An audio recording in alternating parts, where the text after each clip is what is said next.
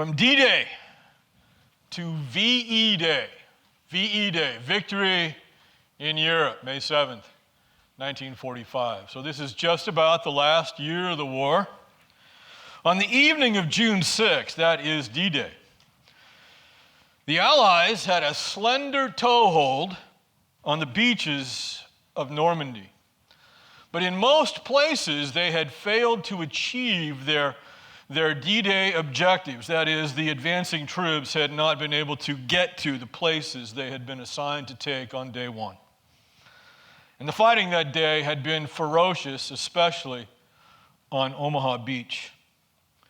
Over 2,000 Allied soldiers had died, again, most of them on Omaha Beach, and 7,000 had been wounded. Over the next 6 weeks, a month and a half, the Allies tried to break out of this beachhead, but to no avail. They had expanded it to some extent, but they had not broken out. German Field Marshal Erwin Rommel brilliantly reinforced his army around the beachhead once Hitler allowed him to move those reinforcements to the beaches. Hitler eventually, although too late, as I said the other day, had realized his mistake. Rommel now concentrated his armor, which is another term for tanks, on the eastern side of the beachhead near a city called Caen. And on the western side of the beachhead, in front of the Americans, he relied on what was infamously known as the hedgerow country. The hedgerow country was superb for defense because the German soldiers could hide in the hedgerows, and then the Americans would have to advance down the roads that bisected the hedgerows or across the open fields and right into artillery and machine gun fire. So the hedgerows were frankly hell. Eisenhower lamented that his army faced the amazing fighting ability of the average German soldier, the stubborn hedgerow country, and of course the weather. By late July, after 6 weeks of this stalemate, the Allies had lost 100,000 men, and observers were talking about a return to a trench-style warfare, the kind of warfare that had bedeviled both sides during the Great War. The Germans, though, had lost similar numbers to the Allies, so this was a bloodletting. Operation Cobra. American General Omar Bradley, who was in charge of American forces in Normandy, had to find some way to break the German lines. Operation Cobra was what Bradley eventually came up with. Operation Cobra was to combine massive air power bombing with a breakout of American armor, that is, tanks. The idea was to lay down a carpeted area of bombs about 1.5 miles wide and 3 miles or so deep.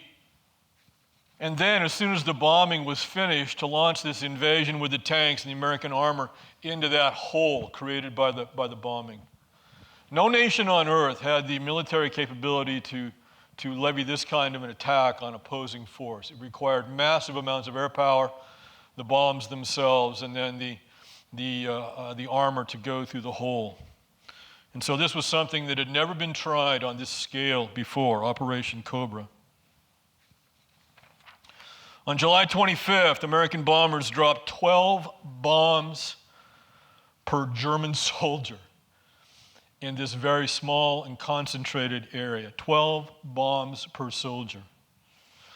When the bombing was finished from the air, then General Collins' 7th Armored Corps, about 50,000 men in their tanks, blasted through this carpeted area and began to seal off the edges so that the infantry following up behind his corps then would just be able to continue right through the hole created by the carpet bombing and by the tanks as they broke through these German lines. Not to trivialize it, but it's very much like a power football play in which you pull guards and tackles and you force them up through a hole, and then the running back, of course, comes up through the hole and so forth. It's very much like that.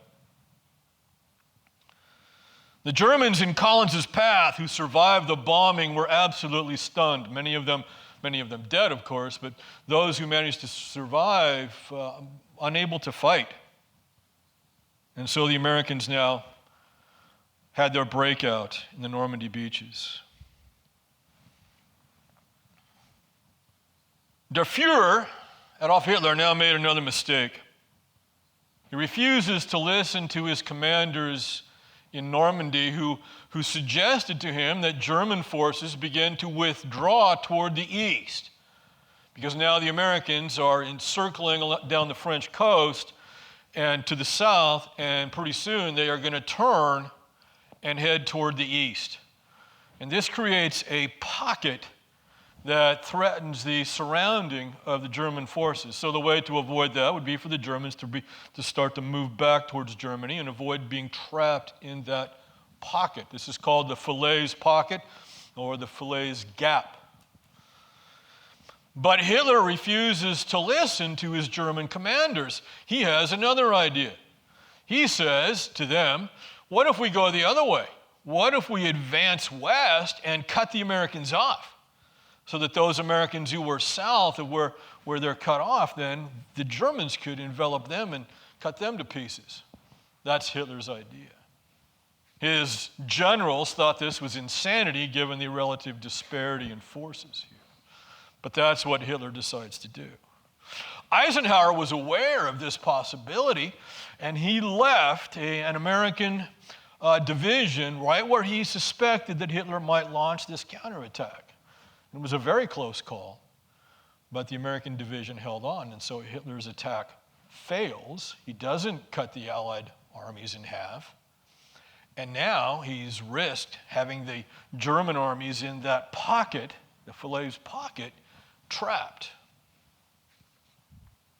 At this point, Eisenhower, as he had always planned, moved Third Army across the English Channel. There were some elements of it already on French soil, but he moves reinforcements and creates Third Army right in that hole that Collins had made. And then he moved General George S. Patton Jr. and gave him command of this new American Third Army. And so Patton's job now is to continue the advance south, and eventually he's going to turn to the east and create that threat of enveloping the German forces that I talked about just a moment ago. This command was what General Patton was born for, frankly. He was in command of a highly mechanized army, that is, motorized army, that was in open country. We're out past the hedgerows now, out into the plains. This is tank country, where tanks can move quickly. And so now Patton moves to the south and turns to the east, and he begins to flank the German army in France. At the same time, British General Bernard Montgomery, who was in command of British forces in the north around the city of Caen, that would be on the eastern side of the beachhead, begins an offensive himself to the east.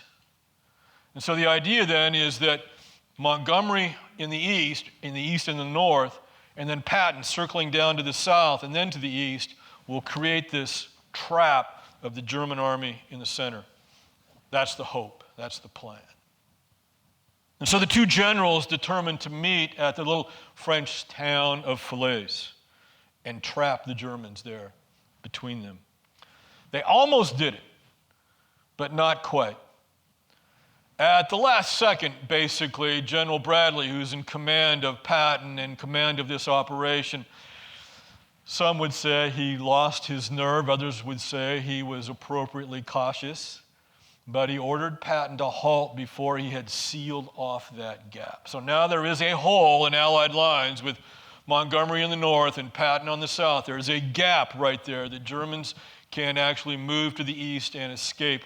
They had to give up their tanks, they had to give up their artillery, most of their weapons and so forth, and they marched out as infantry. But tens of thousands of German soldiers did, in fact, escape through the Falaise Gap. So it's an almost, but not quite. Now in the summer of 1944, after the Battle of the Falaise Gap, with the Germans streaming to the east, the Allies advanced rapidly across France and into the Low Countries of Belgium, Luxembourg, and up to the doorstep of Germany, where they encountered Hitler's fortified West Wall. It was in this dash across France, especially through central France and then the relieving of the city of Paris, that General Patton's Third Army made its reputation. Patton's army covered more ground, captured more prisoners than any American army, any Allied army in history. And so he is properly remembered as one of the great field commanders of the Second World War. Unfortunately now, the Allied offensive ground to a halt as it gets across France and on the doorstep of Germany, Belgium, and so forth.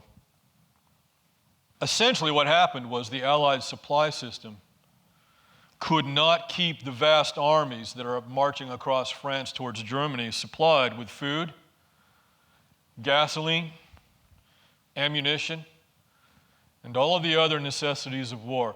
With each advancing mile towards Germany, those supply lines become longer from the beaches of Normandy. They have to be trucked there. And so that as those supply lines lengthen, it becomes more and more difficult to supply the armies. And it had taken too long to take the great port of Antwerp, which would have served to shorten the supply lines. Taken too long to do that. And so the armies literally ran out of gas.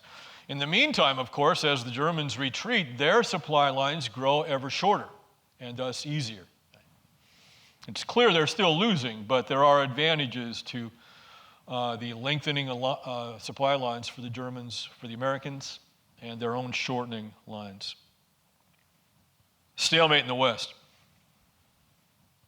And so now the Allied pause gives Hitler time to refortify that old West Wall and to rebuild his forces in the West. The wounded but now recovered veterans of the war, they're sent west. The old and the very young, they're sent west. And even some divisions were taken from the Eastern Front facing the Soviets and transported across Germany to the Western Front. As winter approached, Eisenhower's supply situation gradually improves. But there was no question in November, December of 1944 that a grand opportunity had been lost. And the Germans were on the ropes, literally. But unfortunately, the Allied armies ran out of supplies. Eisenhower's armies were spread along the French-German frontier and into the Low Countries of Belgium, Luxembourg, etc.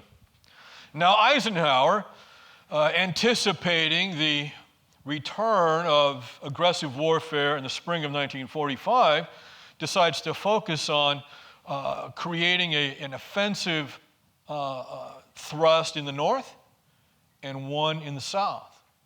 And in order to concentrate his armies in the north and in the south, he weakens the center. And so the center of Eisenhower's Allied lines is staffed by a minimal number of divisions and some divisions that are resting from having suffered serious combat. So Eisenhower is weak in the middle, strong on the north, and strong in the south. The Battle of the Bulge. In the fall of 1944, Allied armies are poised to invade Germany again from the north and the south of those lines. Hitler was more concerned, however, with the Soviets and their advances in the east. Most Americans do not realize, either then or now, that the vast majority of German forces were facing the Soviets throughout this war. It's only about a third of the German army that is concerned with the Allies in the West. 2/3 of the German army is concerned with the Soviet Union. So it's not true that the United States defeated Germany and Japan all by itself as you sometimes hear people who don't know any better say. Again, Germany is tied down in the east, the vast majority of its forces, by the Soviet Union. It's also true, though, that the United States is supplying the Soviets with many of the necessary implements of war. So that's the situation. Hitler, more concerned with the Soviets, who were advancing ever closer to Germany. Adolf now devises a plan that he hopes would knock the United States out of the war. This is an example of wishful thinking under great strain, duress. And it's also an example of Hitler's race theories. He sees the United States as vastly inferior because we are not true-blooded in any sense of the word, not like the German Aryans, and even then there's some mythology to that. But the United States is by no means a pure-blooded nation, right? And so according to Adolf Hitler, then, we cannot be the equal of Germany. And so he believes that if he then launches a major offensive in the West, that he can so decimate American forces that the Americans will give up and say that's enough for us and take our armies and go home. Meanwhile, he would surround the British army on the northern shoulder of his advance and repeat the situation at Dunkirk in 1940. Having accomplished that, convinced the Americans to give up and go home and surrounded the British army, then he would be able to take the larger portion of those Western German armies and move them back across Germany to face the Soviets. So deal with the Americans, the British, and then be able to face the Soviets with more forces. That's the plan. This is what results in the Battle of the Bulge. The Germans called it Operation Wacht am Rhein. That is, the watch on the Rhine River. 600 German tanks now launch this attack that is designed to split the Allied armies in half. And where do you think Hitler launched the attack? Right in the Allied center, where Eisenhower was not expecting that attack to come and where he had weakened his forces in anticipation of strengthening his two flanks in the north and the south to launch his own offensive. And so Hitler, just by sheer luck, had guessed exactly where the Allies were weakest. So Hitler launches this attack on December 16th, 1944, in the midst of the worst winter in a century. Colder, more snow. The winter is horrible. And you would think, well, that's going to hurt Adolf Hitler. No, actually, it's going to hurt the Allies. Because the weather makes it impossible to bring air power to bear. And Hitler's not relying on air power. In fact, the weather makes it possible for him to move his tanks and his infantry without having to worry about American air power, which in clear skies would have decimated those tanks on the open roads. But it's cloudy, it's snowing, it's cold, it's horrible. And so the Germans launched this attack, and entire German divisions, 10,000 men, because of the weakened nature of this American position, fell on American companies of 200 men. So it's overwhelmingly in favor of the Germans as they launched this surprise attack in December of 1944. Obviously, now the Americans are reeling and just trying to get out of the way, and many don't. Many are captured. Many are killed. Eisenhower immediately recognized this attack for what it was. He had made a mistake, but he immediately recognized his decision as a mistake. And so now he ordered Patton's Third Army, which was in the south, about 100 miles away from the southern border of this German offensive. He orders Patton's Third Army to wheel out of position and march across horrible roads in the middle of winter in the deep snow to shore up the southern edge of the Bulge, and eventually to relieve the city of Bastogne. Meanwhile, he also ordered elements of the 101st Airborne Division, which had been held in reserve, to be trucked into that city of Bastogne. Once they were trucked into Bastogne, then the Germans surrounded the city. And so Well, it was difficult to resupply and obviously reinforce the so-called battling bastards of Bastogne, the 101st Airborne Division, plus elements that had retreated to Bastogne and were holding there. And Bastogne was crucial because it is a major road junction. And the German tanks, it's better for them if they can come down the roads. And so they needed to take Bastogne so that they could use the roads. And the German general in charge of this operation makes the mistake of not just bypassing Bastogne, but deciding to take it. And this is going to take days, and it's going to slow the Germans down. And time was what the Americans needed. Meanwhile, Eisenhower also ordered to stand all along the Meuse River out to the west. He figures if he can stand at the Meuse that he will stop the Bulge right there, and that will keep the Germans from achieving their goal of encircling the British Army and disappointing the Americans. Ike's decisiveness now, at this point, within a few hours of the launching of the German attack, evidenced a commander who had risen to the level of a mastermind of modern warfare at that time. It was easily Eisenhower's finest hour. Patton had anticipated Eisenhower's orders. And so he had created orders in anticipation of Eisenhower's orders that made it possible for Third Army to save many crucial hours. Meanwhile, the Americans at Bastogne held on against German panzer divisions. A panzer division is an armored division, about 10,000 men with tanks and so forth. In this case, it was the German 10th Panzer, which is one of their finest units. So the situation at Bastogne is crucial, but the Americans not about to give up. On December 23rd, the weather finally broke. And now American aircraft dropped supplies to the men at Bastogne, and American P-51 fighter aircraft began to rain death and destruction down on German forces caught in the clear weather on the roads and so forth. And this begins to change the battle.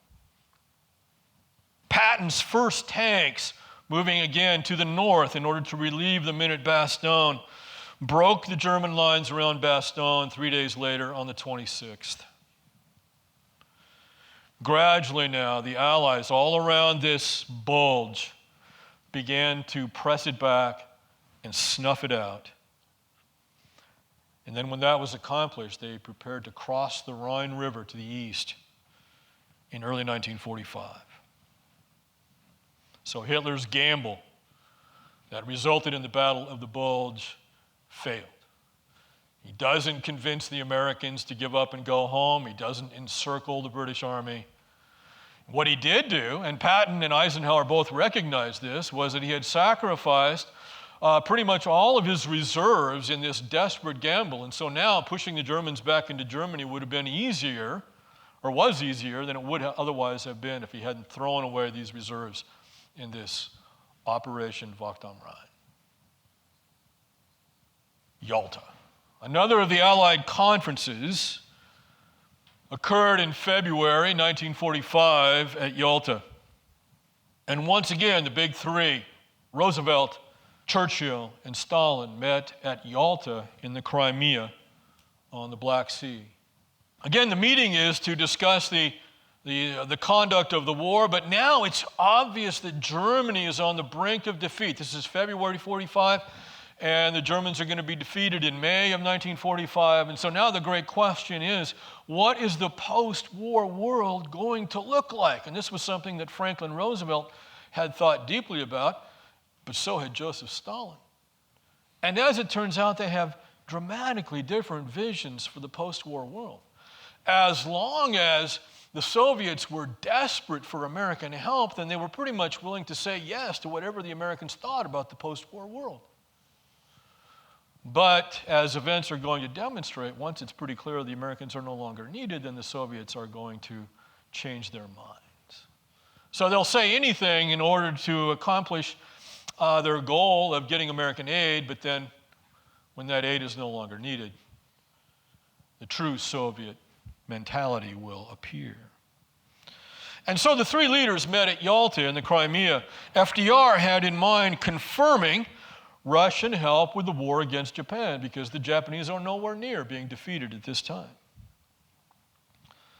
Stalin has no problem affirming his willingness to help with Japan. Stalin has no problem because he wants to expand Soviet control. And FDR wants Stalin to reiterate his promises about a post-war world where self-determination, which means that the people involved, the nations involved, get to determine themselves what their government will look like. In other words, they'll have a shot at democracy, determining themselves. That's Roosevelt. And at Yalta, Stalin again reiterates his agreement to that, but we're going to see that in a matter of days, once the war becomes obvious that the Germans have been defeated, Stalin is going to renege on that promise. Roosevelt left Yalta believing that he had developed a relationship with the Soviet dictator that will allow the victorious Allies to create a fair, a free post-war world. But that was not to be. The defeat of Germany. Shortly after Yalta, February 45 again, Allied armies in the West crossed the Rhine River in both the north and the south, sending two enormous lightning bolts of Allied tanks into Germany. Meanwhile, the Russians were annihilating German armies on the Eastern Front, sending tens of thousands of German now refugees streaming to the west. Well, do they not know that the Allied armies are coming from the west as well? They do. But they fully understand the difference between the Allied armies on the west, the Canadians, the French, the Americans, and the British, and the Poles to some extent.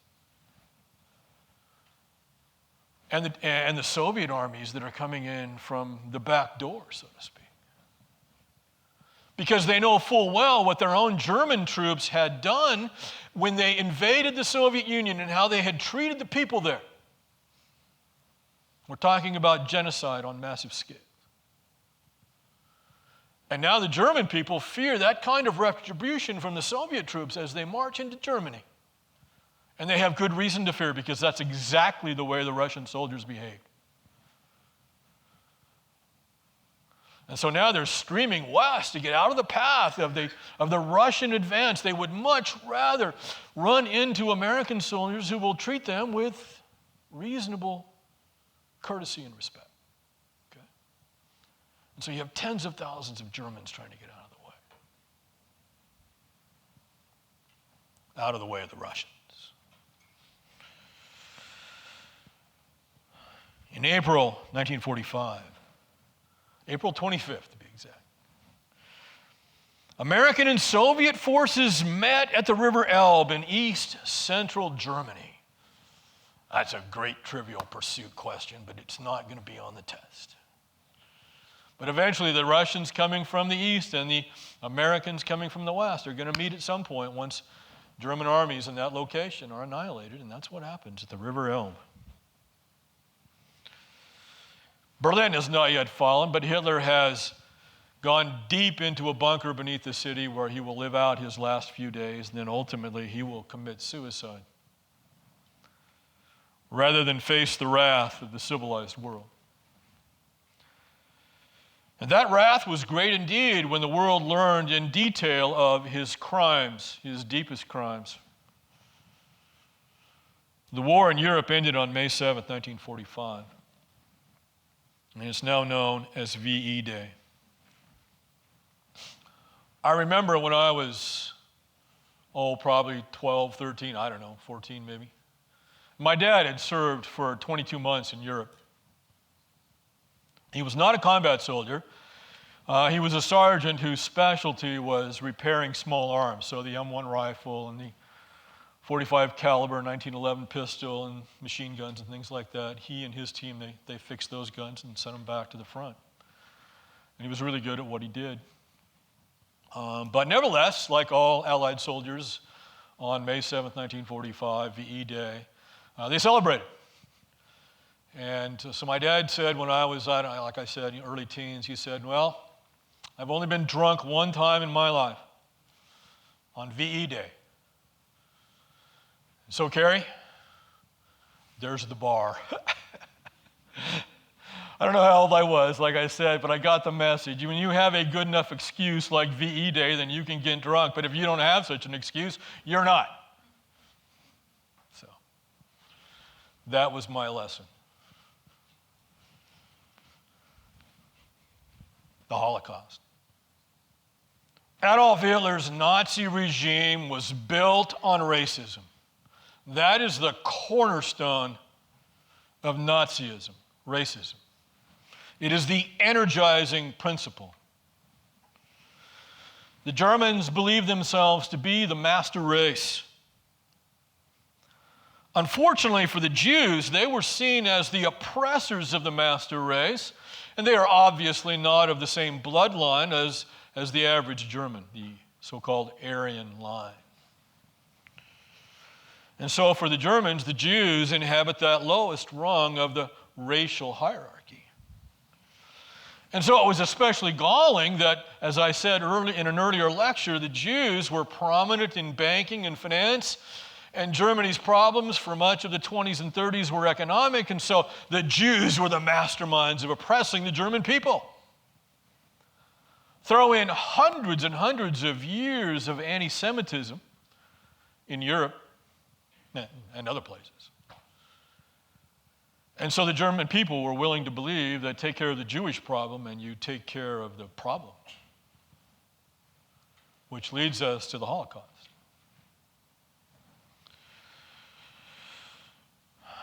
From the beginning, Hitler focused the anger of the German people on the Jews.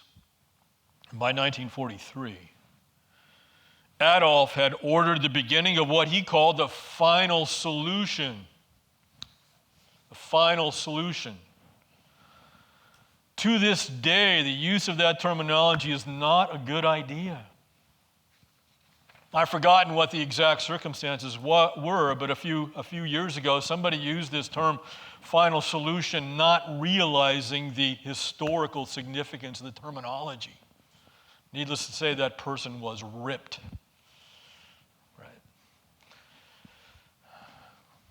I don't know what the ultimate outcome was. It was a mistake out of ignorance. The final solution is Hitler's solution to the Jewish problems. It's extermination. You have to know that in our world still today. The systematic genocide of the Jewish people in Europe, that's what Nazi Germany is all about. To the point that the resources dedicated to this actually hurt the German war cause. They could have kept these people alive and they could have used them in their factories and helped the German war cause, but no, they don't do that. They work them to death. And then they begin to exterminate them on purpose. It's not rational in that sense at all. My point here is that that's how seriously they take this. They really believed it. Huge extermination camps were constructed in various places of German-occupied Europe, places like Auschwitz and Treblinka and many others. In these places, millions of Jews and other people, not just the Jews, although prominently the Jews, the insane, the physically handicapped, no use to the German state, right?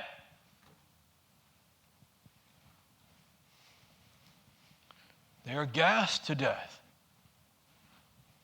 and then burned or buried. These death camps are the tangible legacy of Nazi Germany and its ideology.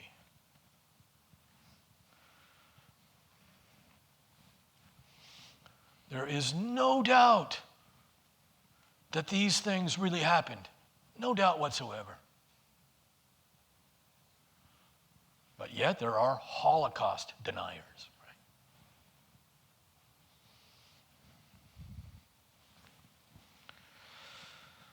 Potsdam.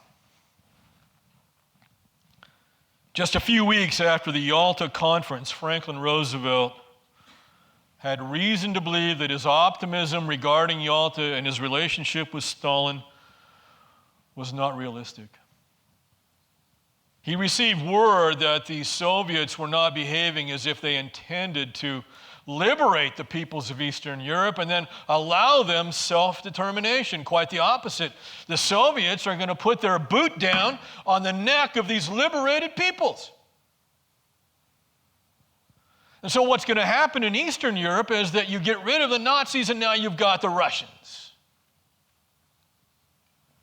When FDR learned that Stalin was not living up to his Yalta agreements, he said, and I quote, "We can't work with these people." He's completely changed his mind.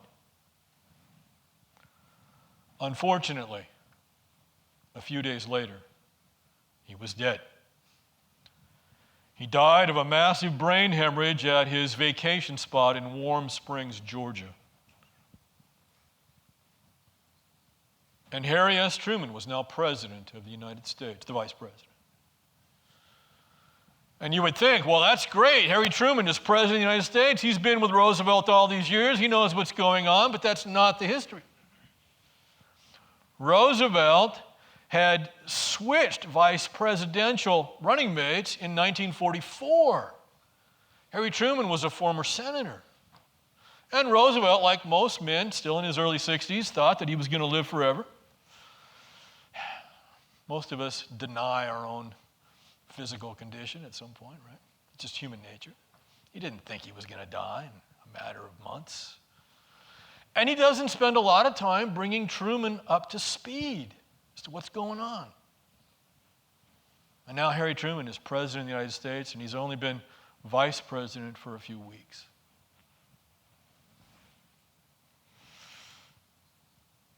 Now, Truman goes to Potsdam, Germany. This is after the war had ended. This is July of 1945. The war's been over in Germany for 2 months.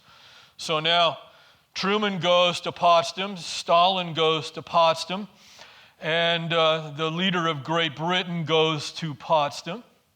And so they're going to discuss what's next and what is on their minds. The war against Japan still goes on. How are we going to win the war against Japan? How are we going to take care now of a defeated Germany? What do we do with Germany?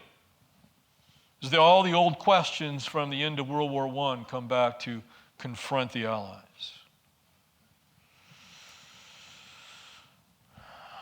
While he was at Potsdam, Truman learned that the American science project, the Manhattan Project, had culminated in the successful explosion of a nuclear bomb. July 1945.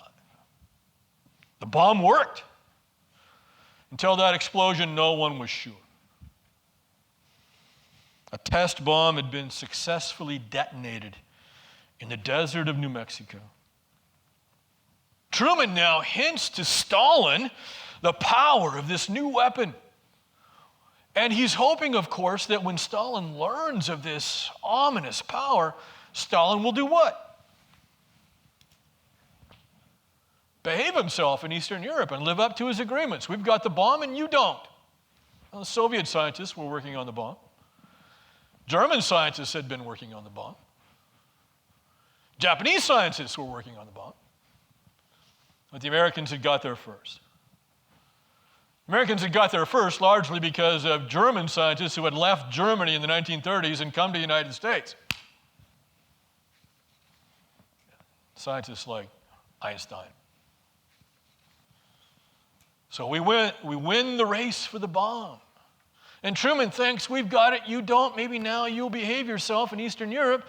But Stalin is not impressed. There are Soviet spies in the American bomb project, and he already knows about it. He's not shocked. He's not going to give in on Eastern Europe just because the Americans have the bomb and he doesn't yet. Stalin is not going to give in Eastern Europe because, and I quote now, any freely elected government in these countries, the countries of Eastern Europe, that is near the Soviet Union, will be an anti-Soviet government, and we can't allow that. In other words, the Soviets backed away from the Yalta Pledge of self-determination in liberated countries. Said one thing and did another. It was this decision about the nations of Eastern Europe and the Soviet Union's betrayal of their promises regarding these nations that will cause the Cold War. Because it will say to the Americans and the rest of the free world, the Soviets are aggressive, they're communist, they're serious, and they can't be trusted. Summary. The results of the Second World War include the defeat of the military dictatorships in Germany, in Italy, and Japan. And the results also include the creation of an opportunity for democracy to flourish. In the words of Abraham Lincoln, the world was given a new birth of freedom. Moreover, the Western alliance system that would eventually become NATO, the North Atlantic Treaty Organization that is still in existence, was born. NATO comes out of the alliance, the Allied cooperation of World War II. In taking the leading role in this development, the United States abandoned its traditional isolationism and became the leader of the free world. And we also, because of the Second World War, became its most powerful nation. Before the Second World War, the United States' basic foreign policy, contrary to Maclay, was isolationism. Let the world go, okay? And we were by no means the world's great power, okay? Those are results of the Second World War. We changed our basic foreign policy to become involved, and because of the war, we are the world's great power.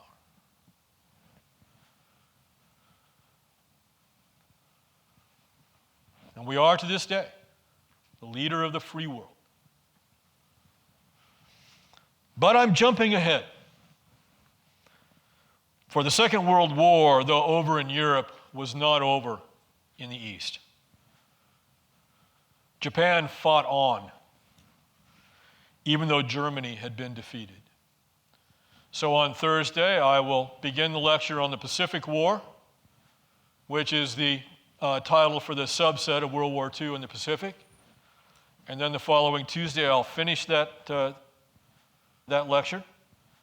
And then that Thursday of next week, we'll have the exam before spring break, okay? So I remind you now that you have a film to watch before that exam, Band of Brothers. So before you leave, I got to ask if there's any questions here. So any questions today? Yeah.